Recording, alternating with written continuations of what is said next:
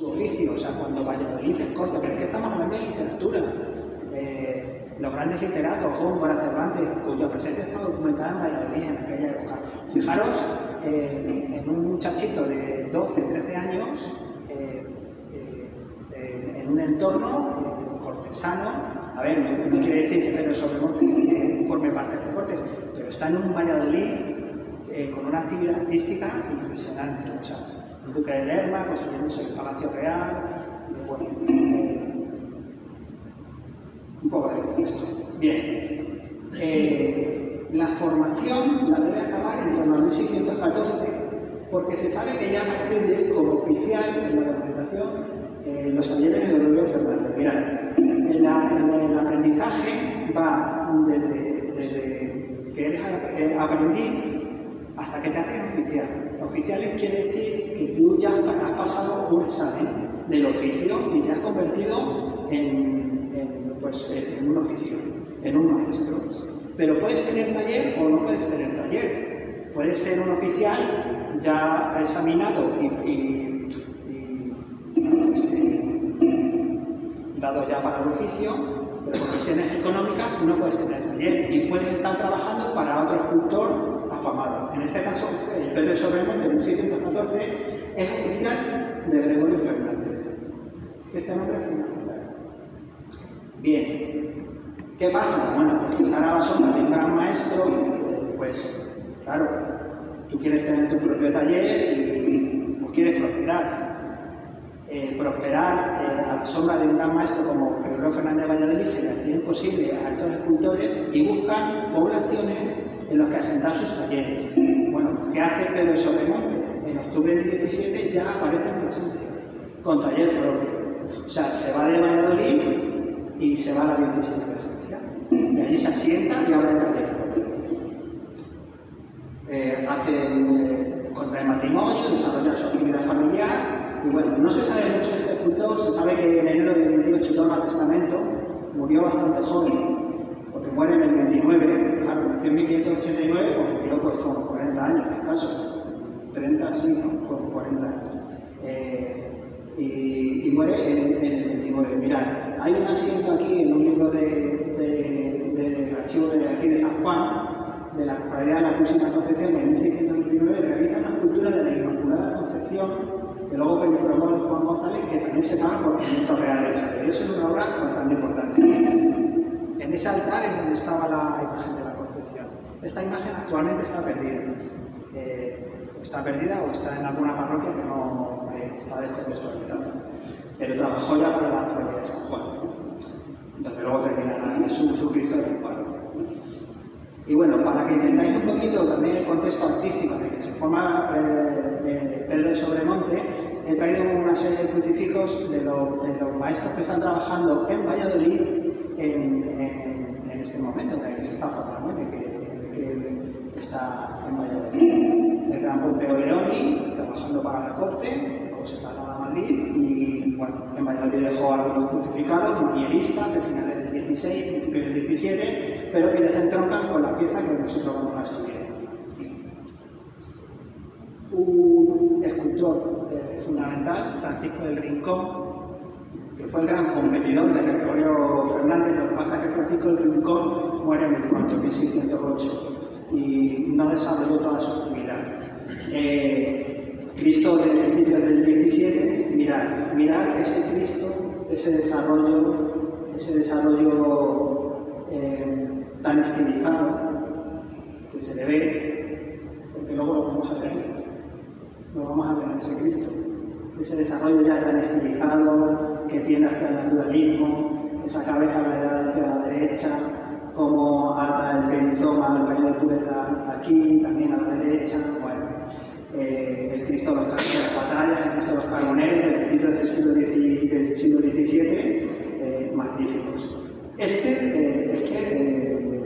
Esta estilización de la figura, este estudio anatómico, es fundamental. O sea, Pedro Sobremonte debió de conocer estas obras. Y bueno, el gran escultor ya Gregorio Fernández, pero es que hablar de Gregorio Fernández es hablar ya de la élite. O sea, estamos hablando junto con Montañés y con otros escultores, con Mena, o sea, la élite de la cultura, pero que Pedro Sobremonte debe de conocer. Algunas de las obras de Gregorio Fernández, los estudios anatómicos, la estilización de la figura, mirar ese paño de pureza, con los paños ya, lo que se dice en muchas de las culturas de Fernández, muy enlatados, con ángulos muy marcados. ¿Lo veis?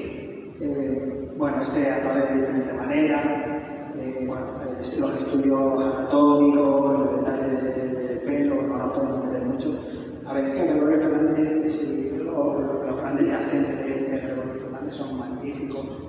Bueno, pues este es el contexto artístico en el que nuestro escultor Pedro Sobremonte se está formando en Valladolid. Está viendo, estas son un poco más tardías, de la década de los 30, pero Gregorio Fernández está haciendo Cristo desde la década de 1610. Y bueno, mirad, nos traemos ya a Pedro de Sobremonte. Aquí tenemos a nuestro Cristo del Amparo. Y mirad, en la parroquia del Acebo, la Sierra de Gata, en el retablo mayor, Pedro de Sobremonte contrata la escultura 2 años antes que nuestro Cristo del Amparo y hace un calvario. Un calvario que está en el retablo mayor, en altura. Claro, contrata todas las esculturas, no solo una escultura, sino todas las esculturas de una máquina. Pero quiero que os fijéis, este está plenamente documentado, este se acaba de documentar. Mirad ese paño de pureza, mirad esa ubre, mirad esa ubre. Mirad, ¿lo veis? Es exactamente igual.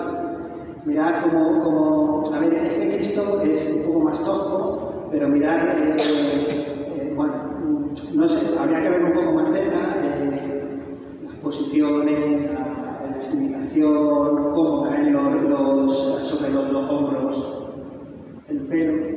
¿Lo veis? Es que es exactamente el mismo Cristo en Acebo, un año antes de Cristo, que hizo luego en 1622 para licenciar a Antonio Bolaños. Bueno, un Cristo magnífico. Ahora que recuperamos este Cristo, quisiera también hacer una advertencia, una aclaración, porque ya lo hemos leído un poco en la prensa.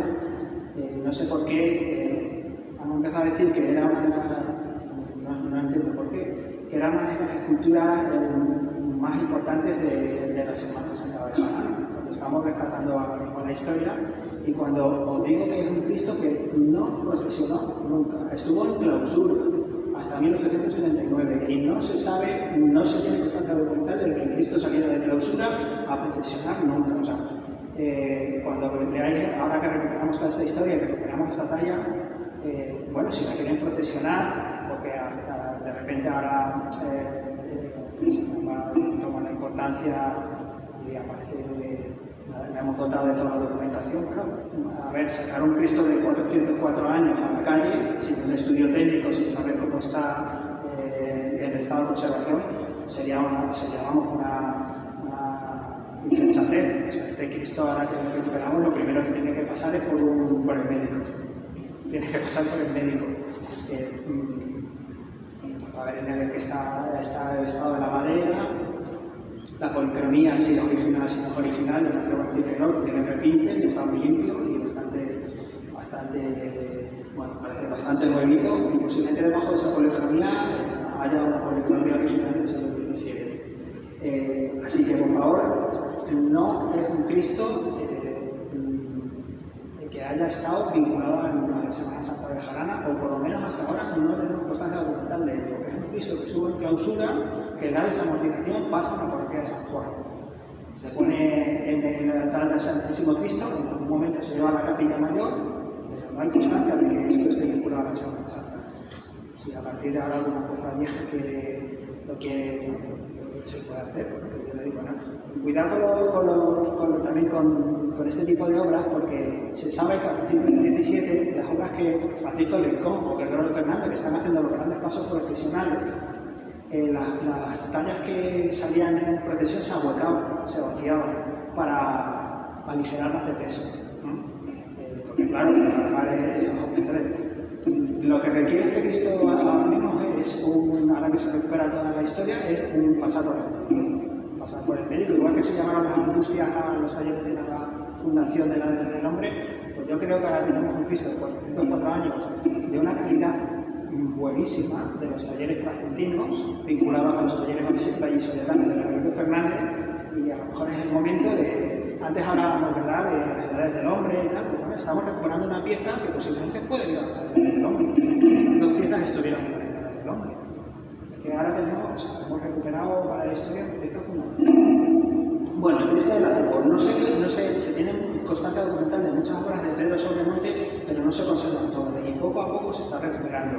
Y en Béjar, fijaros que Cristo acabamos de recuperar para la historia.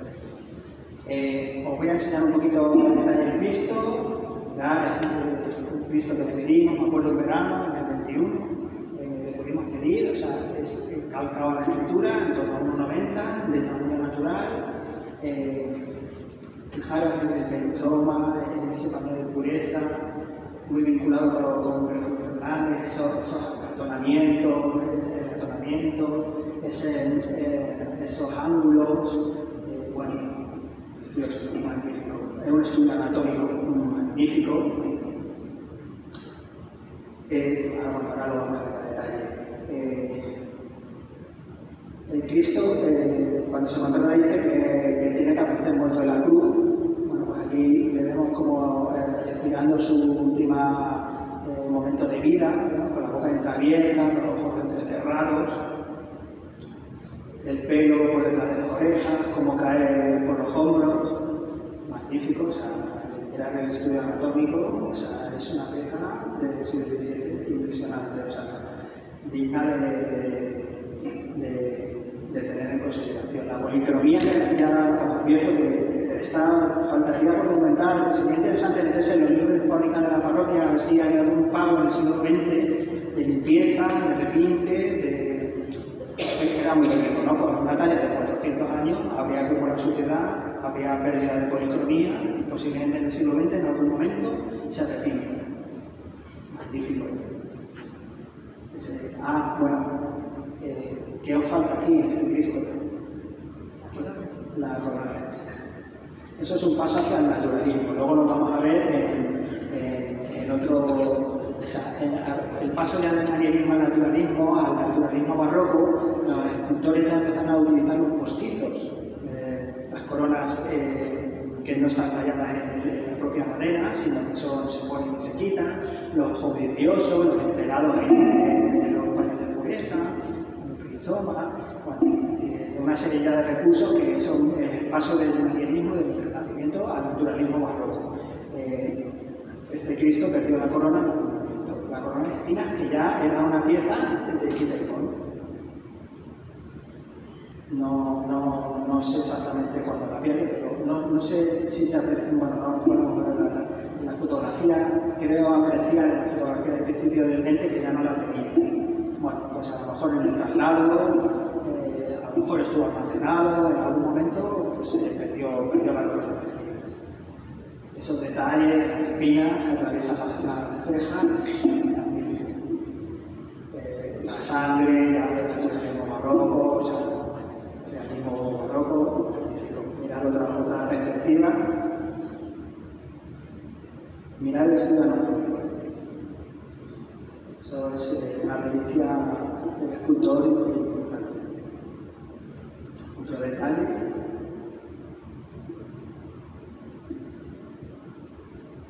Bueno, exhalando sus últimos momentos de vida en la cruz, con la cabeza hacia la derecha, esos pelos, esa melena que caen sortijada sobre los hombros que vemos en el Calvario del Acebo, esa barba con los dos mechones, también muy típica de Gregorio Fernández, esa cara endurecida por el sufrimiento, con los pómulos remarcados. Posiblemente luego la policromía original, todo esto lo potenciaba mucho. El Cristo este que hemos visto antes de Granada, cuando le han limpiado y le han recuperado la policromía, tenía un bofetón en la cara, tenía la marca de la policromía original, tenía restos de latigazos, bueno, de los momentos de la pasión, ¿no?, de la crucifixión. Muchos desaparecen con las posteriores limpiezas y están a lo mejor debajo. El perizoma, el paño de pureza, atado, esto es muy típico de Francisco de Rincón, atando a la parte derecha con una cuerda, esa V que veíamos también en el acero. Bueno, magnífico. Ahí la impureza.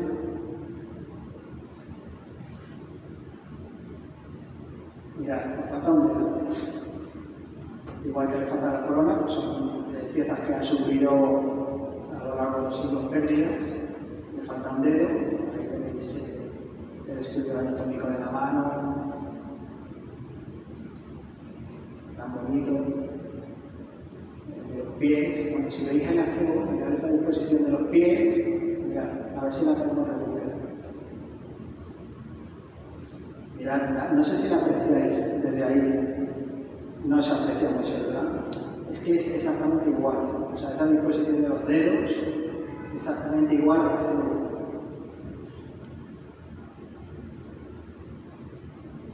Y bueno, luego si queréis, no sé si Roberto nos puede permitir verlo un poco de cerca, sin avasallar mucho la zona, pero bueno, yo creo que la diapositiva se puede ver bien.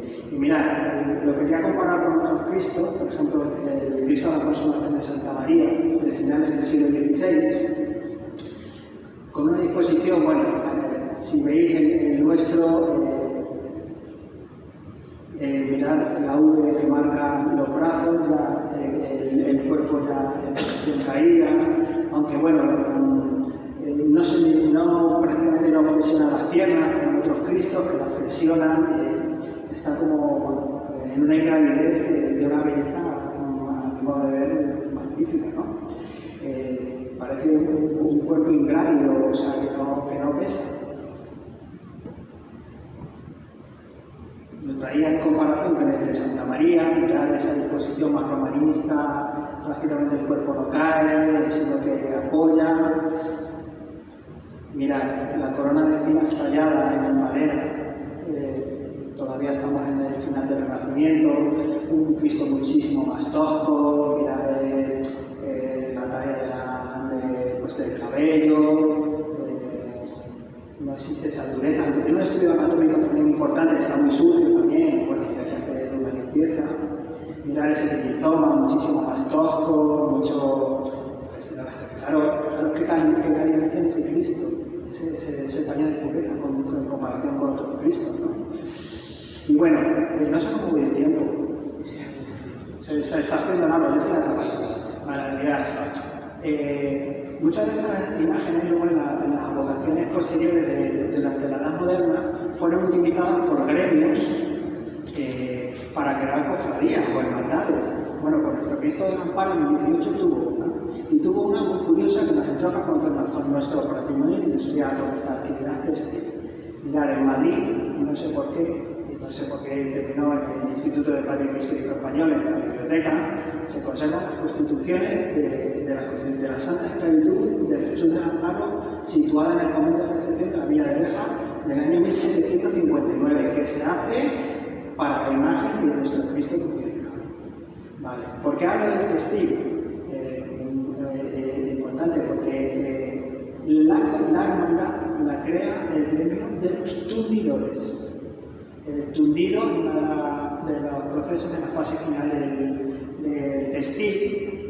Bueno, muchas veces los gremios creaban estas hermandades para crear cofradías en torno a una imagen, y cofradías creadas en torno a una imagen. Bueno, pues, curiosamente, este Cristo tuvo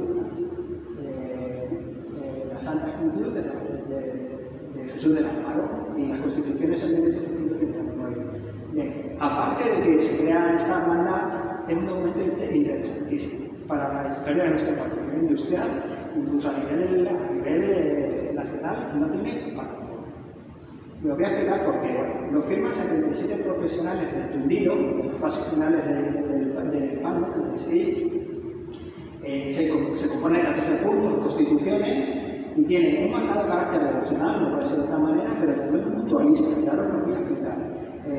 Bueno, un gremio tradicional, organización de la industria textil, los sectores grabados, etc. Y es el antecedente directo, claro, para eso hay que entender un poco la fase de la revolución industrial, de nuestra industria textil a partir de la década de 1820, y la aparición de los, vamos a decirlo, vamos a llamarlos sindicatos, aunque no eran sindicatos, o las primeras agrupaciones que eran de socorros mutuos, los famosos socorros mutuos que nacen en la década de 1840, la que se asociaban en los gremios de textil, los tejedores que eran sus socorros mutuos, sus hermandades, etcétera, etcétera. Bueno, pues en este documento de 1759 aparece ya toda esa actividad mutualista. Mirad, bueno, no lo voy a leer, el primer de unidores, se hace una caja de resistencia, o sea, ya no es solo devocional, es de carácter mutualista, o sea, era para proteger el propio gremio. Una caja de resistencia económica, se crea un socorro mutuo, que algunos de los dichos clave si enfermase y los demás le debían de socorrer. Todo esto aparece en el siglo XIX, en la documentación de los grandes socorros mutuos de la década de 1940, el primero de los tejedores de 1847. Pero es que ya lo tenía este gremio. O sea, y esto, cuando uno consulta bibliografía y todo este tipo de asociaciones, es un precedente que no se rastrea prácticamente en ningún sitio, y en Béjar lo tenemos en el siglo XVIII. Hay una cobertura de comunicación interesantísimo. Si alguna vez ha estado dejase de ejercer el oficio de tutor por edad u otra causa, pues se le socorre económicamente. Bueno, impresionante este documento. Está en Madrid, en el Archivo Histórico, en el Instituto de Patrimonio Histórico Español, no sé por qué terminó allí, con un libro de San Gil del siglo XVI, con la fundación, con una escritura de la Fundación del Convento de la Piedad, y este trabajo. No sé por qué terminan en esos archivos, pues yo creo que por la desamortización, pues posiblemente pasaron a manos privadas, y la documentación va y viene, y donde menos buscas algo, de repente aparece documentación interesante. Bueno, pues ahí tenéis no sé, lo mismo a lo mejor a alguna agrupación de Béjar le interesa rescatar esta cofradía. Bueno, ya tenemos suficiente, pero como el Cristo tuvo su propia devoción en el 18. Y bueno, 404 años de historia, 217 en el convento de la Anunciación y 187 en la iglesia de San Juan. Creo que hemos recuperado para la historia de Béjar una talla magnífica, que a partir de ahora hay que tener en cuenta, que engrosa y bueno, creo que se merece incluso que esté bien documentada y la gente pueda saber, con la cartela o algo, pues, identificar y ver un poco la historia de este Cristo. Y ya para terminar, pues simplemente decir que estaría muy bien que recuperásemos también técnicamente este Cristo, que pasará por orden médico, como hemos dicho antes, intentar ver cómo está el estado de conservación de la madera, recuperar policromías antiguas. Y bueno, Roberto, creo que tienes un complejo de esculturas con las napolitanas, ahora con el Cristo del Amparo del siglo XVII, con otras obras que están por documentar, que hacen de esta parroquia un pequeño museo bejarano, y espero que incluso para nuestro turismo y para nuestra riqueza cultural pues, haya quedado marcado.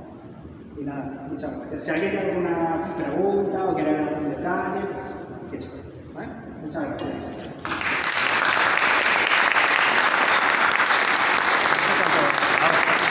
Me pasa mucho.